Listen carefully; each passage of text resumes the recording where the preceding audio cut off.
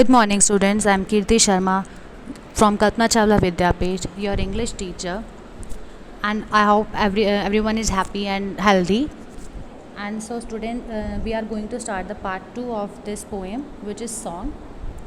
And earlier on the previous part, we have read about that the poetess want to be a butterfly, a flower, and a cloud. And now we are going to read that she wants to be what other things she wants to be. Okay, so shall we start?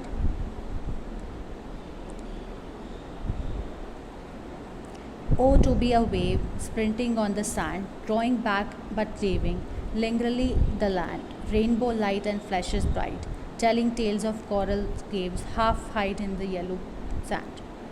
So, students, in this paragraph, she wants to be a wave. Poet एक wave बनना चाहता है. Wave का मतलब होता है जो समुद्र की लहरें होती हैं. She wants to be that. वो समुद्र की एक लहरें बनना चाहती हैं. उसकी विश है कि वो ऐसी लहर बने या वेव बने. She wants to be a wave breaking up into smaller fragments on the upon the sand. She wants to be a wave that can breaks every particle into smaller pieces and अपनी छाप छोड़कर जाए. Sprinting on the land, drawing back and leaving, कभी आए कभी जाकर, जहाँ पर भी वो जाए she will leave something behind him, जो अपनी एक छाप छोड़ जाए. और then going back slowly and reluctantly from the land. जैसे आप समुद्र की लहरें होती हैं, तेज़ आती हैं एंड जैसे ही वो लैंड पर पड़ती हैं वहाँ पर अपने कुछ ना कुछ पार्टिकल्स, कुछ ना कुछ स्मॉलर पार्टिकल्स छोड़कर वापस चली जाती हैं अपने अंदर समुद्र में या फिर लैंड पर जहाँ से वो उन्होंने स्टार्ट किया है. And that what's the poets wants to be. The colours of the rainbow can be seen in the waves indicating that there are coral caves hidden in the sea. The next lines means that the rainbow light and flashes bright, telling the coral caves half hide in the yellow sand. She wants to be like a that wave जिसके अंदर आपको rainbow के colours दिखाई दें, कि जो बहुत ज़्यादा चमक रहा हो. ऐसी वेव्स जिसके अंदर आप हर कलर को देख पाएँ, छाप छोड़ पाएँ, जो ऐसा लगे कि एक केव है जिसने बहुत सारी सैंड या फिर बहुत सारी चीज़ें अपने अंदर समा रखी हैं. That's what she wants to be. She wants to be that type of wave जो अपने अंदर सब कुछ समा भी सके एंड अपनी जहाँ भी जाए वहाँ पर अपनी छाप छोड़ सके. Soon they die, the flowers, insects live a day. Clouds dissolve in the showers, only waves at a play. Last forever, shall endure, make us see purpose mightier than the we dream today.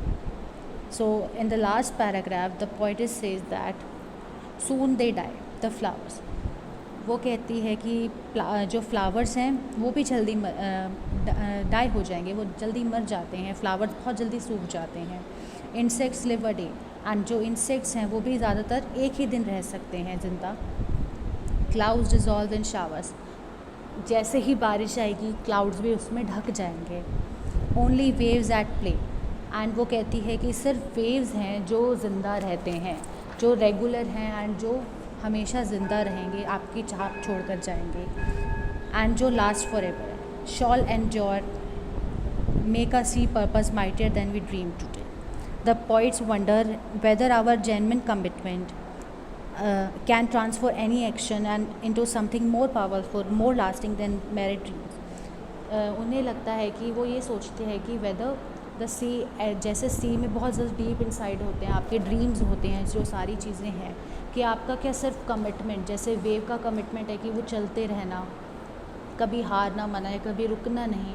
तो अगर आपके commitment ऐसे ही बनना रहेगा या that the commitment will be constant, then क्या आप आसानी से ड्रीम्स पा सकते हैं एंड आपके ड्रीम्स जो हैं वो क्या लास्टिंग होंगे और मोर पावरफुल होंगे. That's what she wants to ask in the last line. I hope this is poem is clear to everyone and thank you students.